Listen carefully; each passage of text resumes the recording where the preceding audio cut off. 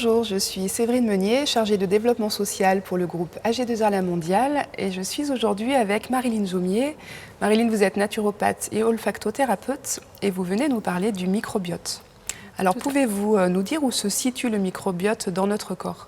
Alors, en fait, on n'a pas un microbiote, on a des microbiotes. On a tendance, effectivement, à véhiculer la notion de microbiote, sous-entendu microbiote intestinal.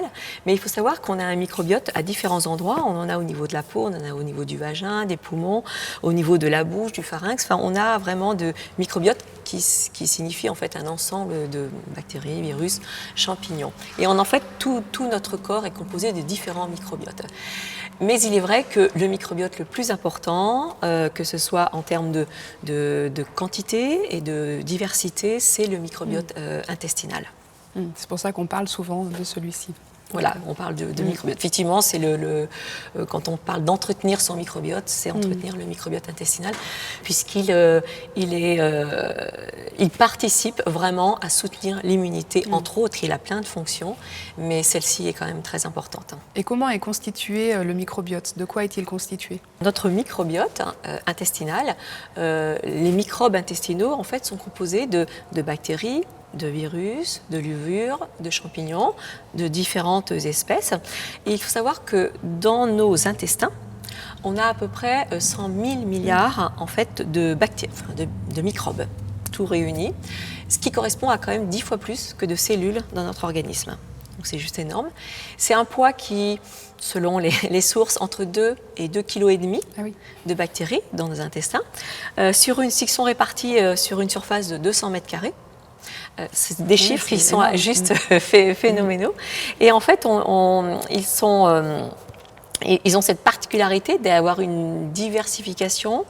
Et effectivement, plus c'est diversifié, plus ce sera apte en fait, à proposer des réactions ou un métabolisme spécifique.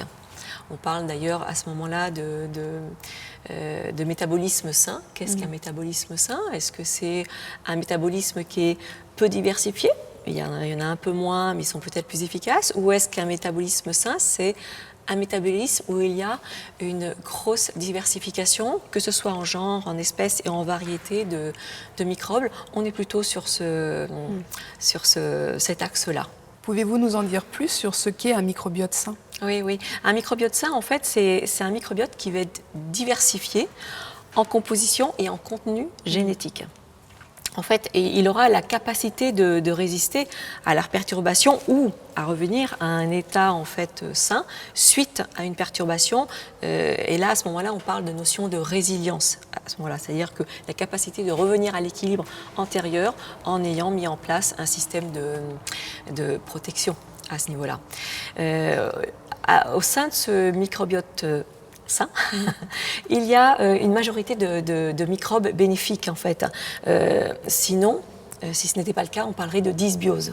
C'est un terme qui est très véhiculé. Les microbes bénéfiques, ce sont souvent des genres Lactobacillus, Bifidobacterium. Ils sont très connus parce qu'on les retrouve beaucoup dans les probiotiques que l'on peut acheter dans le commerce.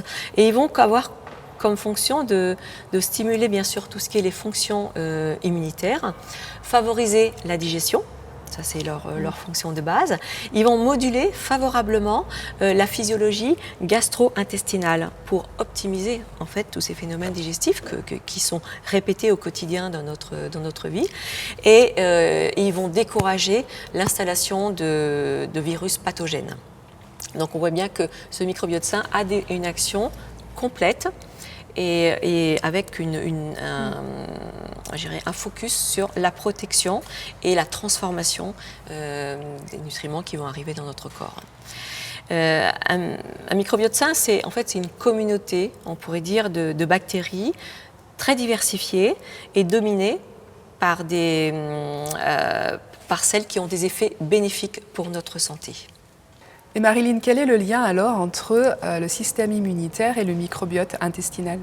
Alors le lien, tout d'abord, en fait, on sait que le microbiote va renforcer la barrière intestinale.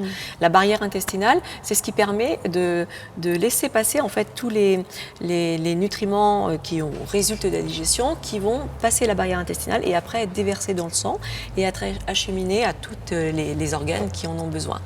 Donc cette barrière intestinale, elle est extrêmement importante puisqu'elle filtre ce qui est bon pour l'organisme et ce qui n'est pas bon. Donc pour une assimilation ou un rejet par les voies naturelles. Donc ça, c'est déjà une première. Donc tous les virus pathogènes sont normalement, quand ils sont reconnus, éliminés à ce niveau-là. Le microbiote, il va vraiment participer au développement du fonctionnement du système immunitaire parce qu'il va impacter la qualité et l'efficacité en fait de toutes ces virus, bactéries bénéfiques qui vont agir en termes de petits guerriers en fait protecteurs. Il protège, on l'a dit, l'organisme contre les agents pathogènes, mais il y a cette notion en fait de modulation qui va intervenir entre le système nerveux central, entérique, ça veut dire des intestins, et il y a un lien permanent en fait entre notre cerveau et nos intestins. On a des neurones, des neurones entériques, des entéroneurones au niveau de nos intestins, et avec une information qui circule en permanence. Et c'est pour ça qu'on parle à ce moment-là de deuxième cerveau, voire pour certaines cultures, on parle même de premier cerveau, quoi. Et donc d'où l'intérêt de nourrir entre guillemets, ce microbiote et de l'entretenir le mieux possible pour qu'il soit le plus efficace, parce que tout ce qui peut être déséquilibré au niveau intestinal peut avoir un impact au niveau du système nerveux. D'accord, et en vous écoutant parler, donc j'entends la barrière intestinale. Pouvez-vous faire un lien, enfin on entend aussi beaucoup la porosité de l'intestin. Oui, tout à fait. Qu'en est-il Oui, alors en fait, on parle d'hyperperméabilité intestinale, de porosité ou de leaky gut syndrome. C'est effectivement cette barrière intestinale, elle est, moi en cabinet, c'est quelque chose que je rencontre très régulièrement malheureusement, puisqu'elle est très impactée par notre mode de vie. Globalement, notre hygiène de vie. Et quand elle n'est pas étanche, quand elle n'est pas perméable, donc ne laisse filtrer que ce qu'il faut, et il peut y avoir une atteinte, effectivement, et il peut y avoir des débris de protéines, des fragments de cellules qui peuvent passer dans la circulation, dans l'organisme, et peuvent être à l'origine d'allergies, d'inflammations de bas grade. Peut-être aussi serait, même aujourd'hui, on parle de plus en plus de maladies auto-immunes, et peut-être serait incriminé dans les problèmes d'autisme, voire même d'hyperactivité chez l'enfant. Donc c'est quelque chose qui est à entretenir et à surveiller puisqu'elle est très importante. D'accord, et cette porosité intestinale, il est possible d'agir dessus pour l'améliorer? Alors oui, bien sûr, on peut agir dessus. Bien, en fait, c'est un petit peu comme, il y a les principes de base, on a évoqué tout à l'heure, mais effectivement au niveau de l'alimentation, et on va y revenir tout à l'heure, on va voir quels sont effectivement, comment est-ce qu'on va pouvoir entretenir le microbiote. Bien sûr, on peut agir dessus par une révision alimentaire, peut-être par une éviction de certains types d'aliments pendant un certain temps, faire attention aux produits de synthèse qu'on peut amener, que ce soit alimentaire ou que ce soit médicamenteux, en fonction de ce qu'il est possible de faire.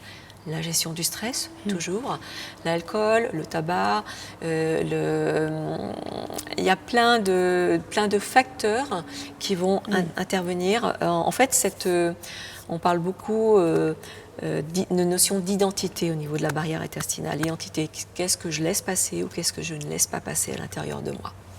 À quel moment se passe le filtre? Et comment il se passe? Merci Marilyn pour vos précieuses explications. Avec plaisir.